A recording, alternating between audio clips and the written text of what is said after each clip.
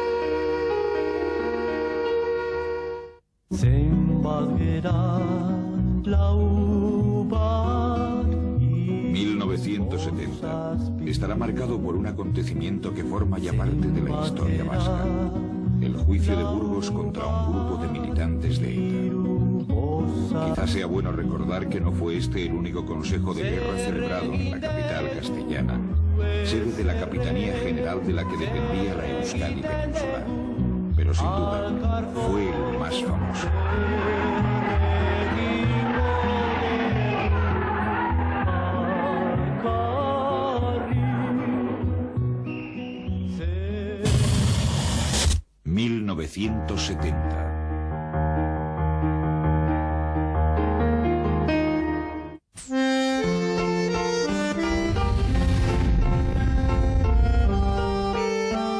El Aberri Eguna de aquel año iba a celebrarse en las ermitas y cumbres del país. La excesiva publicidad de los lugares motivó que la policía y las restantes fuerzas represivas tuviesen una dura jornada para molestar en todo lo posible los movimientos de los demócratas vascos. Sin embargo, el éxito de la convocatoria fue incontestable.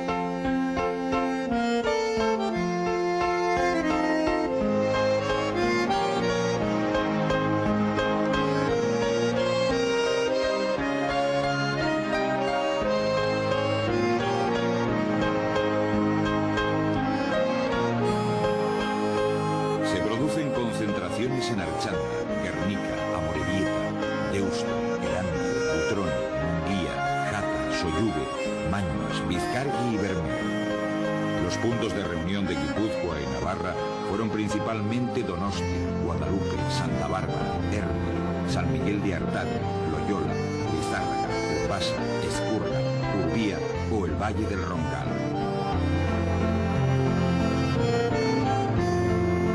En la RAED se calcula que se reunieron unas 1.500 personas.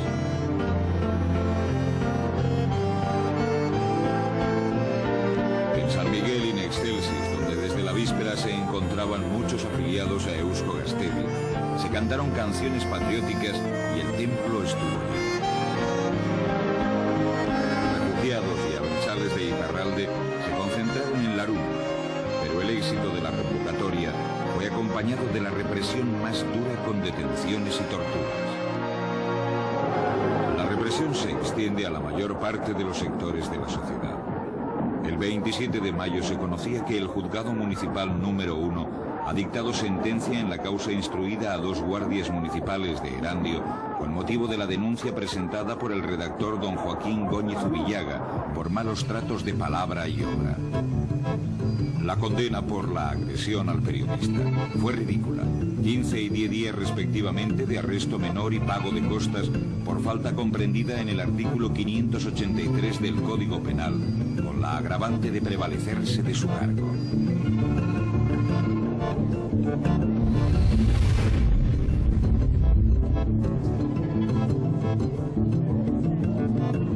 En vísperas del 1 de mayo, el Tribunal de Orden Público procesaba a 14 socialistas y ugetistas vascos, acusándoles de propaganda ilícita y asociación ilegal. José Agustín Serrano, Salustiano Solá Albinarrán, Eduardo López Alpisu, Pablo Iglesias Friera, Eusebio Pinto Dañoveitia, Luis María de Yaeche, Enrique Alonso Iglesias, Pablo Chueca, Santiago Martínez, Amado Revilla, Agustín Alday, Félix García, Ramón Rubial y José Luis Echave. La causa contra este había sido sobreseída. En el juicio estará presente una nutrida representación de sindicatos y organismos internacionales. La prensa franquista, en el capítulo de cargos, escribía que los procesados en Las Arenas y otras localidades vizcaínas habían asistido a reuniones, recaudado fondos y distribuido propaganda clandestina recibida de Toulouse. A las peticiones fiscales, los letrados Leandro Amorós, Miguel Peiró, Isidro Infante y Enrique Mújica Herzog negaron que la conducta de los patrocinados constituyera delito y solicitaron la libre absolución. Solo fueron 3 los absueltos, entre ellos Lalo López Albisu y Ramón Rubial. El 1 de mayo también está marcado por la conflictividad. La víspera hubo paros en importantes factorías de Vizcaya y Guipúzcoa, entre estas Constructora Naval y Ramón Vizcaíno. El día 1 se congregaron en Eibar más de 1 millar de manifestantes de las 3 centrales sindicales, UGT, CNT y ELA-STU.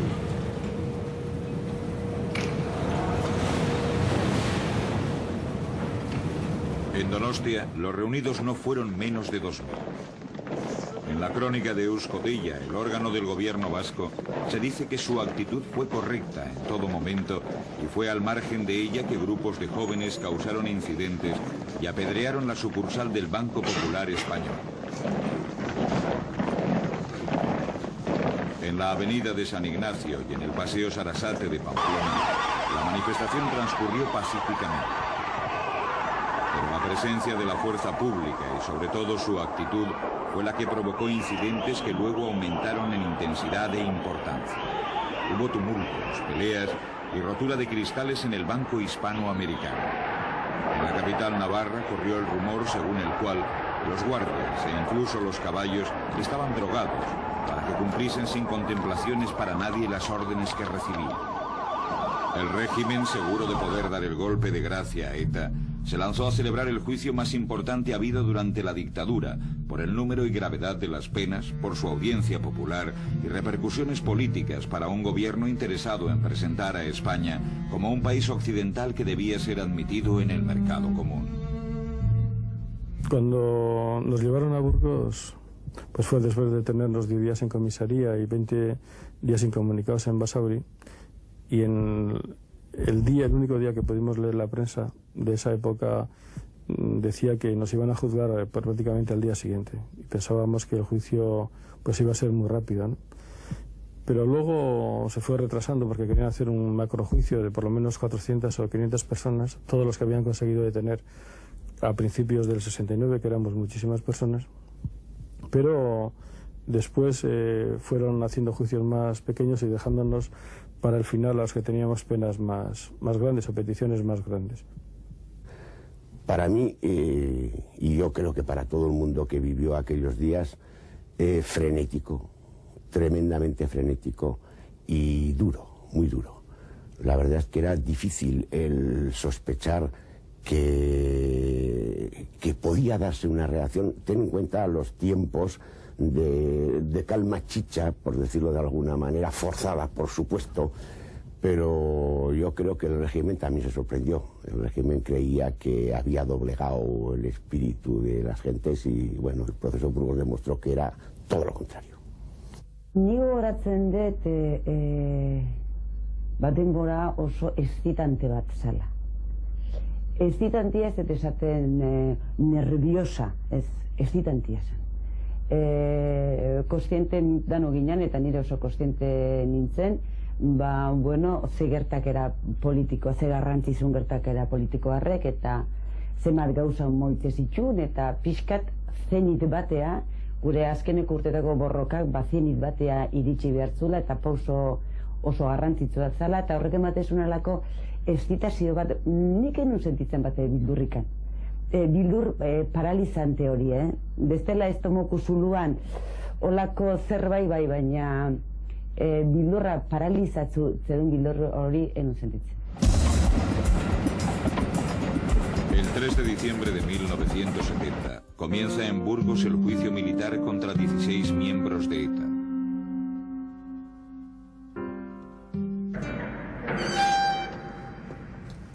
Eduardo Uriarte, Víctor Arana, Antón Carrera, Unaido Ronsoro, Joshua Brisqueta, Enrique Guesalaga, Johnny Chávez, Joaquín Gorostidi, Javier Izco de la Iglesia, Goyo López Irasuegui, Julen Calzada, Mario Onaindía, Jonedo Ronsoro, Javier La Arena, Itziar Aizpurua y Arantxa Arruti. Emakumeok iritsi ginean Burgosera, eta sartuak izan ginean kartzela provinzialean, antxe kuartotxo batean 3 elkarrekin, kristonotzatezun. 22 grado, 0 azpitikan. Da mutilak enteratu ginean eramanak izan ziala penalea. Eta gure bi apaiz ederroiek, baita ere penalea eramanak, baina sartu zituela enfermerian. Eta hori hola dala eta parre asko egiten duen esanaz, Burgoseko epaiketan 3 sexos osatu hasiala akusatuak. Emakumeak, gizonezkoak eta apaizak. Alderri batetik joan, Mogorro Bermejon harrapatu zuten, beraz, prozesu barruan zegoen, ez? Baina beste alderri batetik, nahi zuten egin, prozesu hori aldanik eta isiltasunik handitzen emon, eta nik uste duten beraiek oso susmatzen zutela zerbait gertatuko zela. Orduen sarratut egin nahi zuten. Baina, klaro, Jon apaiz esan arren, harrapatu zuten pistolakin eta etako gentiekin eta eta Jon bakarrik egon ezkero normala zan, eskatzean, zabalik izatea, ez? Orduan, nahi zuten sartu, beste bat, eukiteko itxura, alibi bat, sartu egiteko.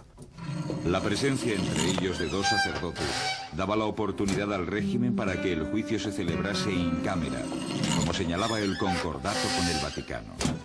Sin embargo, los sacerdotes rehusaron a este derecho y las autoridades se vieron obligadas a celebrar el juicio a puerta abierta ante las presiones exteriores. Aquí jugó un papel importante el PNV, que puso en juego todo su prestigio internacional. El partido en el proceso de Burgos echa el resto. Hace más, no creo que se pueda hacer. Sabe que se pretende hacer a puerta cerrada. Eso en el partido se considera que era pues dejarle carta blanca para que el tribunal militar hiciera lo que quisiera. Entonces lo primero que se consigue es que el proceso tenga que ser a puerta abierta. Y se consigue en Roma que la Iglesia renuncie a su fuero. Una vez de eso, había el gran problema de que se desconocía quiénes eran los procesados. Bueno, se desconocía en el gran público quiénes eran los procesados, qué penas se pedían, por qué se pedían, etc. El mismo día 3, la huelga es general en el País Vasco. La gran respuesta popular en apoyo a los encausados demostró que estos no eran simples miembros de una banda terrorista, como hacía ver la prensa española, sino que eran representantes de todo un pueblo, con cuyas actividades simpatizaban, aunque no compartiesen totalmente sus métodos.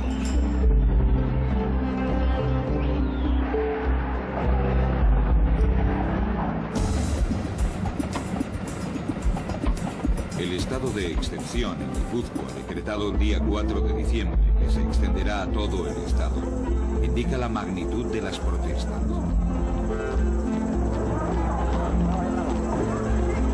Durante el proceso, los acusados admitieron su pertenencia a ETA y denunciaron la opresión en que vivía el pueblo vasco. Se consideraban prisioneros de guerra y declaraban que ETA no era una organización terrorista, sino un movimiento de liberación nacional. Hubo un dato que para mí fue fundamental, es que nos enteramos que a unos escoceses les habían detenido porque habían puesto una bomba en una base de la OTAN y que habían cantado el himno de Escocia y cosas así. Y eso nos fue dando ideas de cómo podíamos hacer el proceso y que no fuera un proceso de decir amén a a las cosas que decían los jueces, de intentar defendernos nosotros individualmente diciendo que no habíamos hecho tal cosa y tal, sino hacer un juicio al propio régimen y denunciar la situación que vivía en aquella época Euskadi, de represión lingüística y cultural, de falta de libertades democráticas, de falta de autogobierno. Y claro, veíamos que era, y eso tendría fuerza si lo decía el acusado. Epaiketa ura guk kontrolatu genuela, eta guk nahi genuen egunean moztu genuen, eta baita ere, hango dinamika edo hango ritmoa guk markatu genuela. Eta alderdi horretatiken, naiz parafernalia hori dena antolatu, kalean genuen apoioarekin oso indartu sentitzen ginela. John Echave, uno de los sacerdotes, negó que hubiese contradicción entre su vocación y su vinculación a ETA, declarando que un cura tiene el deber de dar soluciones a los problemas políticos, económicos y culturales del pueblo. El juicio se tornó en condena al régimen, ampliamente recogida por numerosos periodistas extranjeros que asistían al juicio. El régimen franquista se veía en la necesidad de analizar la situación y considerar el daño que las declaraciones de los prisioneros estaban haciendo. Así, el día 7 de diciembre, se suspendían las sesiones alegando enfermedad de un miembro del tribunal, el único vocal que no tenía designado suplente. Cuando el juicio se abrió al día siguiente, el presidente de la Corte anunció que en el futuro los acusados deberían atenerse a contestar lo que se les preguntase. La presidencia denegó sistemáticamente la palabra a la defensa y quitó la palabra a los acusados cuando contestaban al interrogatorio. En respuesta al endurecimiento del trato, los acusados rehusaron a contestar a las preguntas, declarando que eran prisioneros de guerra y apelando a la Convención de Ginebra, acuerdos internacionales para la protección de los prisioneros de guerra. En la mañana del día 9 de diciembre, el interrogatorio de los procesados llega a su fin. Cuando el último procesado, Mario Onaindia, fue llamado a declarar, empezó a protestar nuevamente contra la opresión sufrida por los vascos. A las órdenes del presidente de la Corte de guardar silencio, respondió lanzando el grito de Gora Euskadi Askatuta.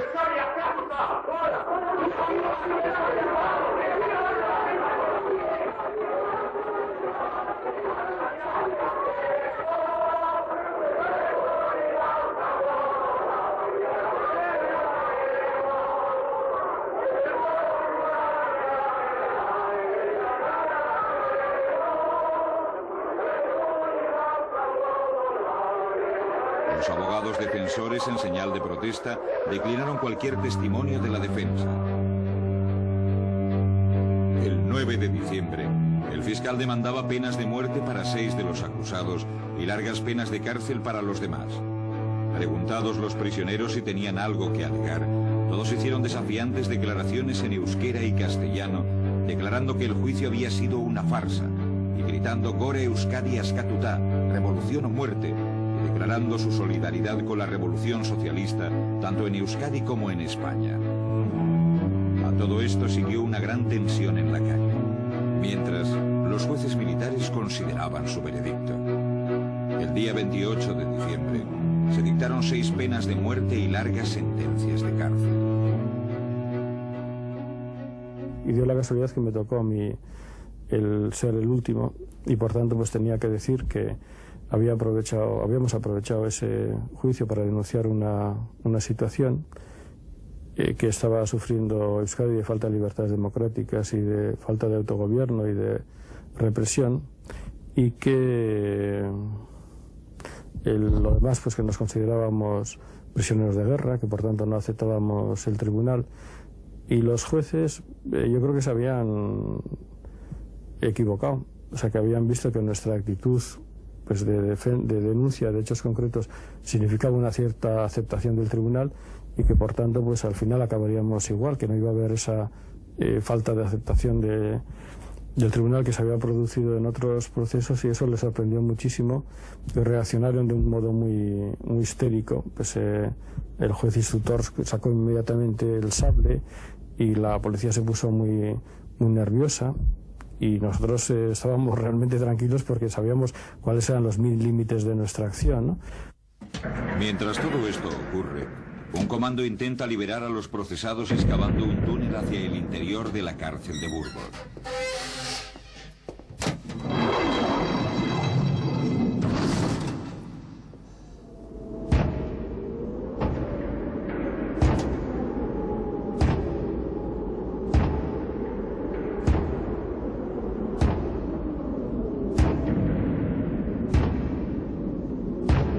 En el mismo momento que se estaba celebrando el juicio de Burgos, bueno, desde antes habíamos comenzado, nosotros habíamos entrado a las alcantarillas de la ciudad de Burgos, cerca de la cárcel, a través de una furgoneta, se habían cortado rejas y estábamos en la pared de lo que creemos, siempre hemos creído, porque así nos lo decían del otro lado, que era la leñera interior de la cárcel.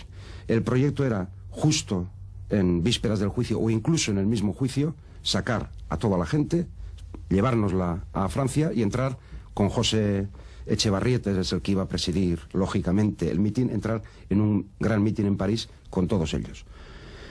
Y pues se fastidió porque les movieron de sitio a ellos, etcétera, pero daba la impresión de que estábamos bastante cerca.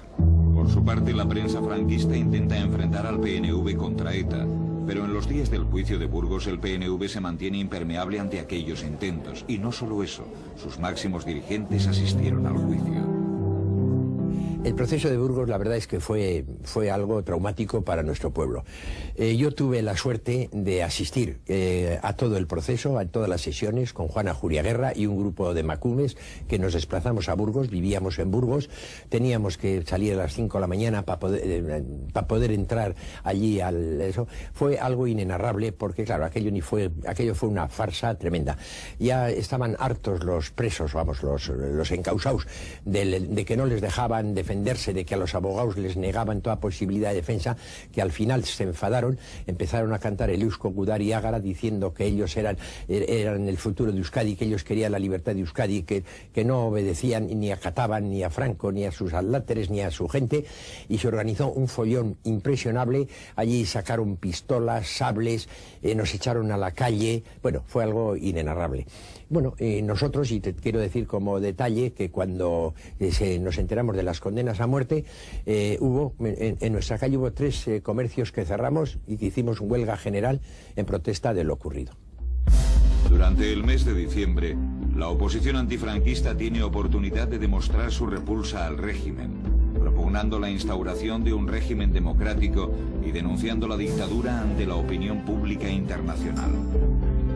Así, 300 intelectuales catalanes, entre los que se encuentran primeras figuras de la cultura mundial como Miró y Tapies, se reúnen el 13 de diciembre en la Abadía de Montserrat, donde publican un manifiesto que sale en defensa de los 16 militantes de ETA procesados por luchar en favor de los derechos nacionales del pueblo vasco y denuncian la represión del franquismo. Pablo Picasso boicoteó la inauguración de su propio museo en Barcelona.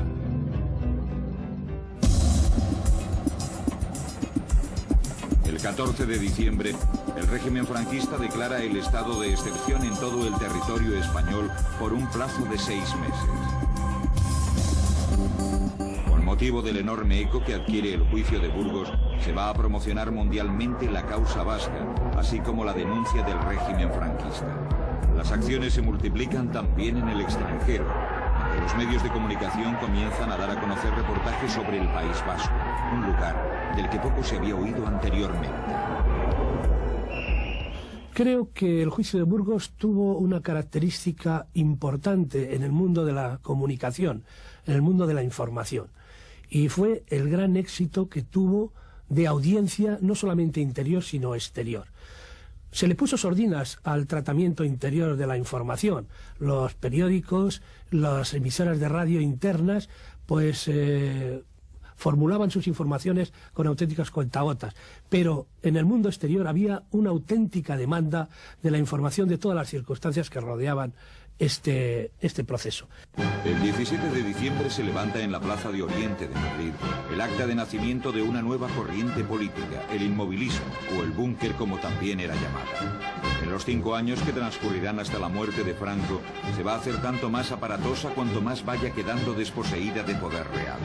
El acto comienza con un funeral en la iglesia de la Encarnación, en memoria de las 3 personas muertas por ETA o en encuentros con ETA: José Pardines, Melitón Manzanas y Fermín Monasterio. La muchedumbre, dice el periódico francés Le Monde, ha querido expresar al general Franco un amor que roza a veces la idolatría. En ciertas pancartas se podía leer: «Viva el santo caudillo de España». Este mes de diciembre de 1970 ve aparecer un fenómeno cuya evolución continuará ininterrumpidamente en el posfranquismo: el resurgimiento de los escuadrones de la muerte, cuerpos parapoliciales que añaden una sobrepresión ilegal a la represión legal y ordinaria.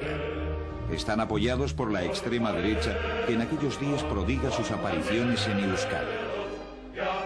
Los primeros objetivos de estos grupos van a ser precisamente los curas vascos. En Ondarroa se han encerrado en la parroquia algunos fieles en protesta contra el juicio de Burgos. Media docena de jóvenes se dirigen a la parroquia y, al comprobar que la encerrona ha terminado, atacan con pistolas y cadenas en su propio domicilio al párroco, padre Iturrarán, y a su coadjutor, el padre Garay. Etorri ziren gure etxera. Eta timbri jo, eta zaren mesedez, donde miran Iturrarana hemen dago, eta bai, hemen dago. Ia, mesedez, etorri ditxela. Joan nintzen, berbarik, egin barik, batek atareztan pistola bat, burun ipini, eta mez, kontuz zen bere, kontuz! Eta niko bat honetan bizo jauzi ginen bera, eta etorri ziren beste batzuk, danan artinean zapaldun eben, eta beste bat etorri ziren laguntza, etorri zen Don Jesus, geditu handia, gaurre Begoñan parroko dagona abade bat, etorri zen nire laguntzera, eta bera gana joan ziren. Bera gana joan ziren, eskatzera arte, eskatzien emonetzen emona laguztizek, eta urten eben. Somos guerrilleros de Cristo Rey, esan az urten eben. El Papa, sumándose a las presiones de los obispos de Bilbao y San Sebastián, pide al jefe del Estado, el 15 de diciembre, la concesión del derecho de gracia en el caso de que se pronunciaran condenas de muerte.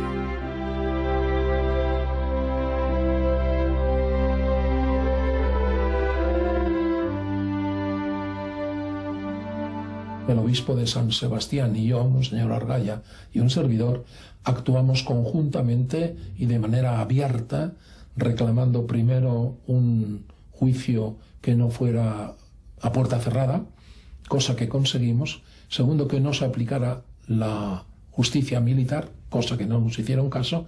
Y hubo, como sabido, 9 penas de muerte, de las cuales 3 de los condenados llevaban 2 penas de muerte cada uno.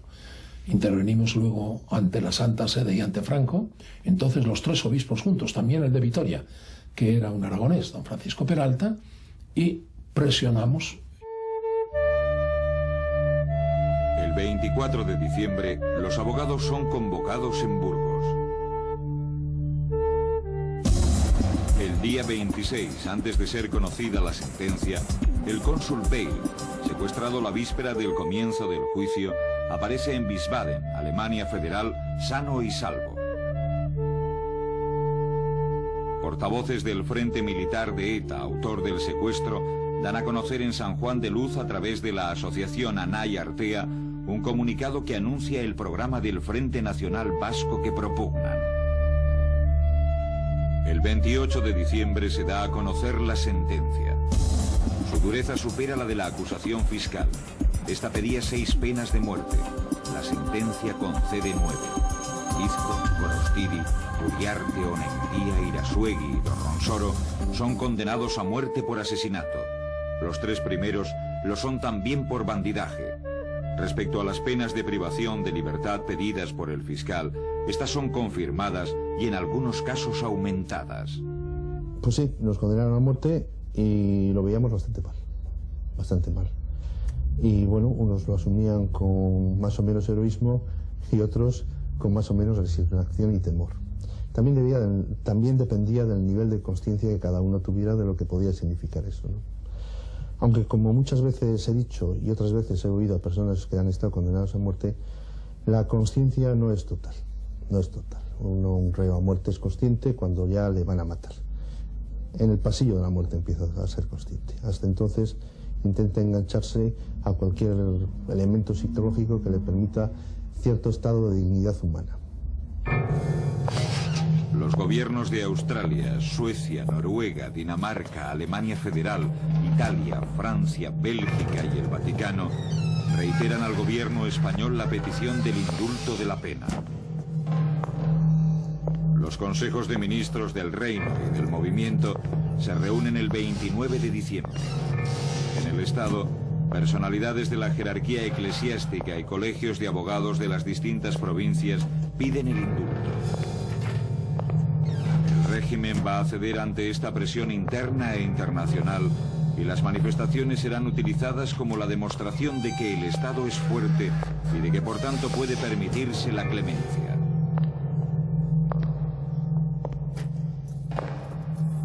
Un decreto del 30 de diciembre de 1970 conmuta la pena de muerte por la inferior en grado, 30 años de cárcel.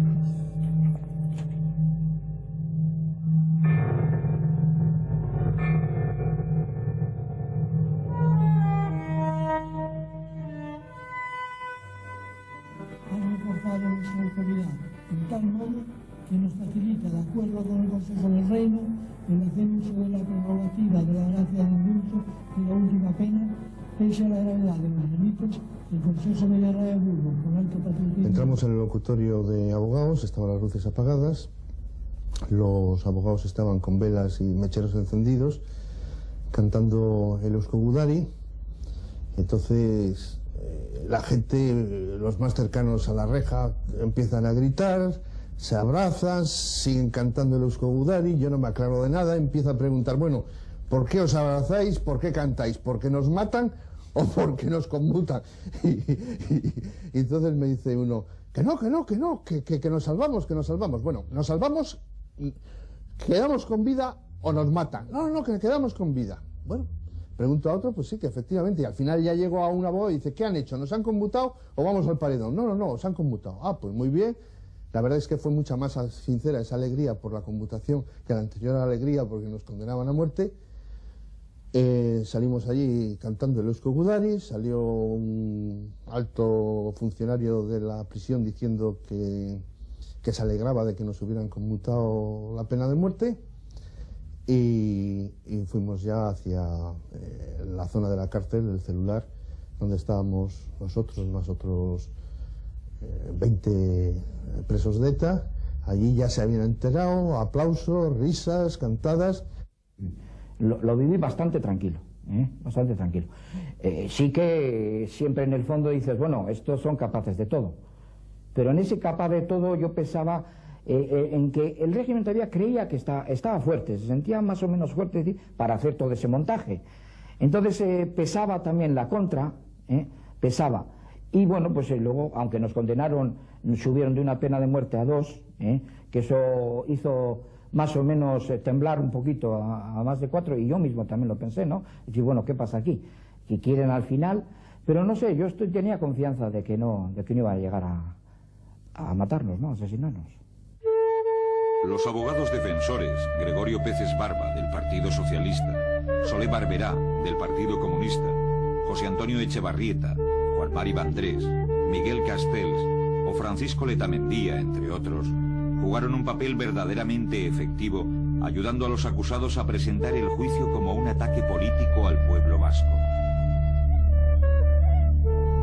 El juicio de Burgos fue la mejor oportunidad que había tenido la organización para exponer sus ideas en público, y a ello colaboraron los abogados organizando ruedas de prensa con los periodistas extranjeros, aunque éstas estuviesen fuertemente vigiladas por las fuerzas policiales.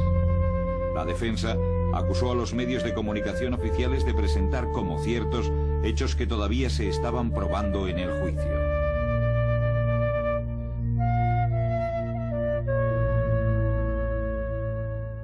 El juicio, yo lo he dicho antes, es una especie de juicio político de libro, es decir, está explicado en todos los manuales. Es la utilización de todos los resortes que concede la propia ley para denunciar la situación y luego en un momento dado establecer la ruptura. Y usted, no hay diálogo posible entre los procesados que van a ser condenados y ustedes militares que los están juzgando. Y los abogados han dejado de ser el vehículo de comunicación entre el tribunal y los defendidos. Se ha acabado. Esa es la ruptura. El pueblo se movilizó para salvar la vida de estos hombres y para ello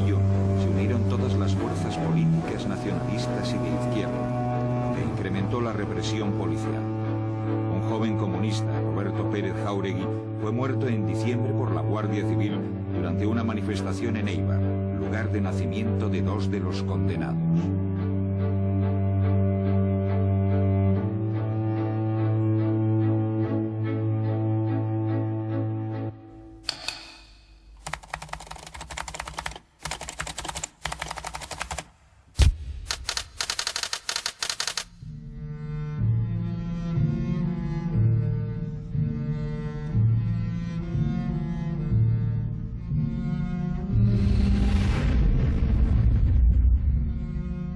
El acto de protesta más espectacular lo protagonizará un miembro del PNV. La agencia Associated Press difundía por todo el mundo un despacho desde San Sebastián. Un hombre, después de darse fuego, saltó desde una localidad alta a la cancha del frontón Anoeta cuando el general Franco presidía los campeonatos de pelota. Fue hospitalizado en estado comatoso. Era don José Manuel de Elósegui Odriozola, de 55 años. José entró en el frontón, él no pudo entrar en las sillas de cancha y tuvo que venir aquí al primer piso porque su intención era abrazarse a Franco ahí en las sillas de cancha, que era donde estaba, pero estaba prácticamente ocupado por la policía y no le dejaron. Y subió aquí y entonces se fue al servicio, se roció de alcohol. Primero pensó en gasolina, pero como olía mucho, pues se roció en alcohol y se prendió fuego según bajaba por estas escaleritas y se tiró al grito de Gora Euskadi Kastakatuta y Garnica, Garnica. Poco después se conocerían más detalles, que resultaron heridos un policía apellidado García Valdecasas y Corito de Machimbarrena Bengoa, esta con quemaduras. Un hecho indudable es el de la participación en estas movilizaciones de las organizaciones obreras de Euskadi como tal. El régimen responde procediendo a la detención en enero de 1971 de un grupo de dirigentes comunistas en Guipúzcoa y de líderes de las comisiones obreras en Vizcaya, acusados de haber organizado los paros que han tenido lugar en diciembre. Yo fui detenido también por ese motivo, pero lo que era, por ejemplo, en la Naval o la Baco Vilco, pues en fin, intervine como otros muchos de UGT y otros muchos de otras organizaciones del Partido Comunista, de comisiones, intervenía en las asambleas en protesta a motivo por el juicio de Burgos, y a continuación salíamos de las fábricas, por ejemplo en Sestao, y recorríamos efectivamente todas las calles efectivamente a favor de los de ETA en aquel entonces, de los detenidos del proceso de Burgos, y en contra también de lo que era evidentemente las condenas a la pena de muerte. Entonces, como digo, me parece a mí, lo recuerdo, fue una de las mayores movilizaciones que hubo en aquel entonces, a las que realmente la gente asistía, y asistía con fervor, porque se estaba jugando realmente la vida pues, de todos aquellos procesados en aquel entonces de ETA. No cabe duda que los movimientos de la RIA fueron terribles en el juicio de Burgos, y que luego la mayoría de los dirigentes de la RIA pues fuimos, como era obvio, a parar a la cárcel. Te quiero decir que no solamente aquello luego ya que nació como un instrumento social, jugó momentos políticos muy decisivos. El franquismo había quedado claramente debilitado. Las contradicciones en su seno entre los sectores más fascistas e intransigentes y los considerados evolucionistas se agudizan. Los poderes fácticos tienen que pensar seriamente en la sustitución del decrépito dictador.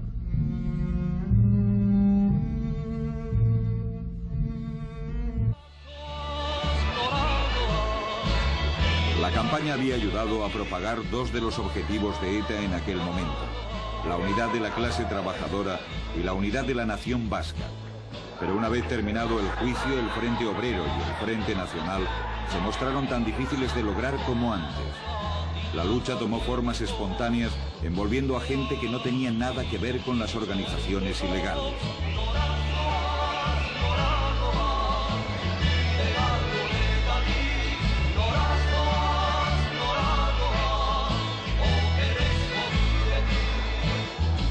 En Euskadi, la amplitud de las movilizaciones generadas por el juicio de Burgos ha desbordado cualquier previsión. Pero ETA Sexta, la ETA cuya legitimidad es reconocida por los 16 procesados, se encuentra muy lejos de haber dirigido las manifestaciones. Es el conjunto de la sociedad vasca quien se ha echado a la calle. En los sectores incluso en los que existe una adhesión explícita a la causa de los procesados, parece pesar más la influencia de los milis que la de ETA Sexta.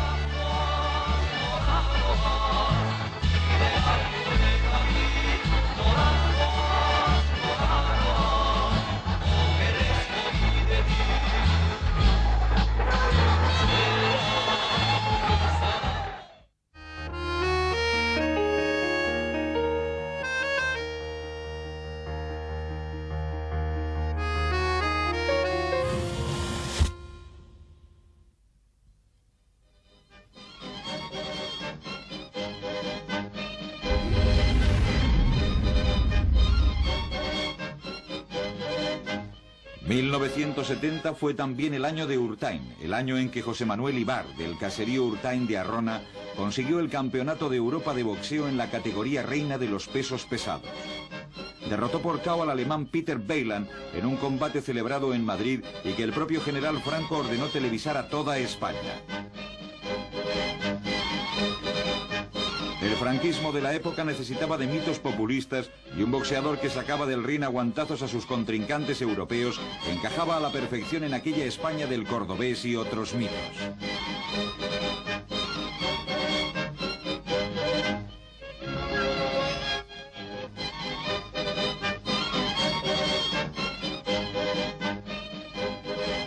Urtain había empezado a boxear en el 68 cuando tenía 24 años.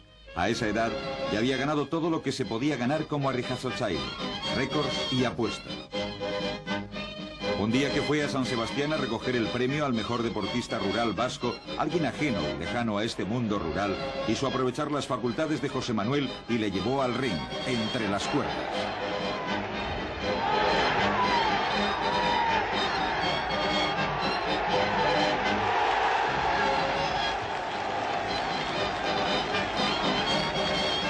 Llegó a ganar 27 combates, la mayoría de ellos amañados por su manager y empresario, como él mismo reconocía después de abandonar el boxeo en el año 77. Urtain ganaba siempre por KO, pues era incapaz de resistir más de 4 o 5 asaltos. Su pecho y espalda de Arrijazochaile no dejaban sitio para los pulmones y se agotaba rápidamente. Además, prefería cualquier choco con buena cena, copas y mujeres antes que un gimnasio de entrenamiento.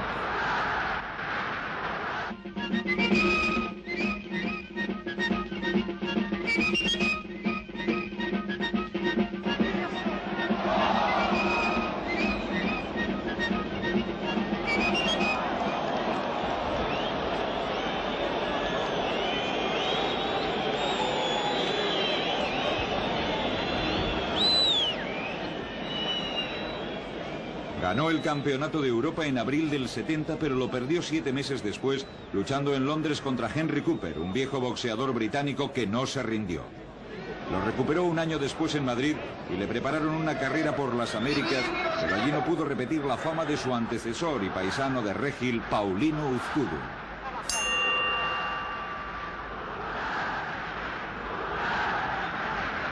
Agotada la primera imagen del levantador de piedras más fuerte llegado al boxeo, Urtain ya ni servía ni interesaba a sus promotores y empresarios de un mundo tan poco deportivo como el boxeo de la época. Urtain, que era tan listo como fuerte, sabía que servía de mito útil para el franquismo, pero no le importaban las ideologías. Estaban demasiado lejos de los caseríos y Arrijazochaile. Solo buscaba la vida y el dinero fácil que el desarrollismo español de la época presentaba como paraíso a una sociedad que dejaba atrás la posguerra y la pobreza. Al final, no consiguió nada. Tras una corta carrera de boxeador victorioso, su vida fue dando tumbos hasta que se suicidó en 1992, cuando tenía 49 años. Respecto del dinero que ganó, solo cabe repetir lo que él dijo. El dinero no me fue estafado porque sencillamente no llegaba a mis manos.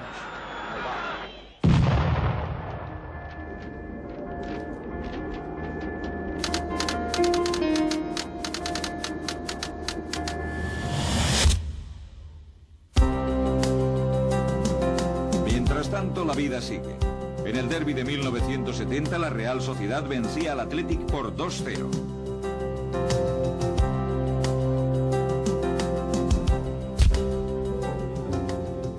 El 15 de julio fallece en París a los 50 años el cantante y actor Luis Mariano, el rey de la opereta, todo un mito de los años 50 y 60 que sigue vivo para muchos que aún visitan su tumba en el coqueto cementerio de Arcángel.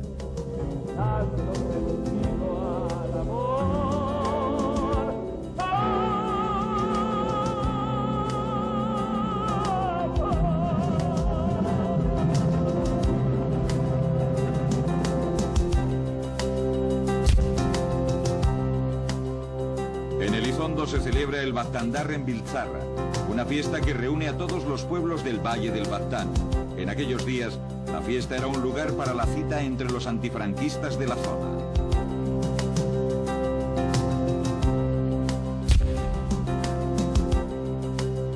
comenzar la década de los 70, el Orfeón Donostiarra se había consolidado como una de las más importantes formaciones corales de Europa.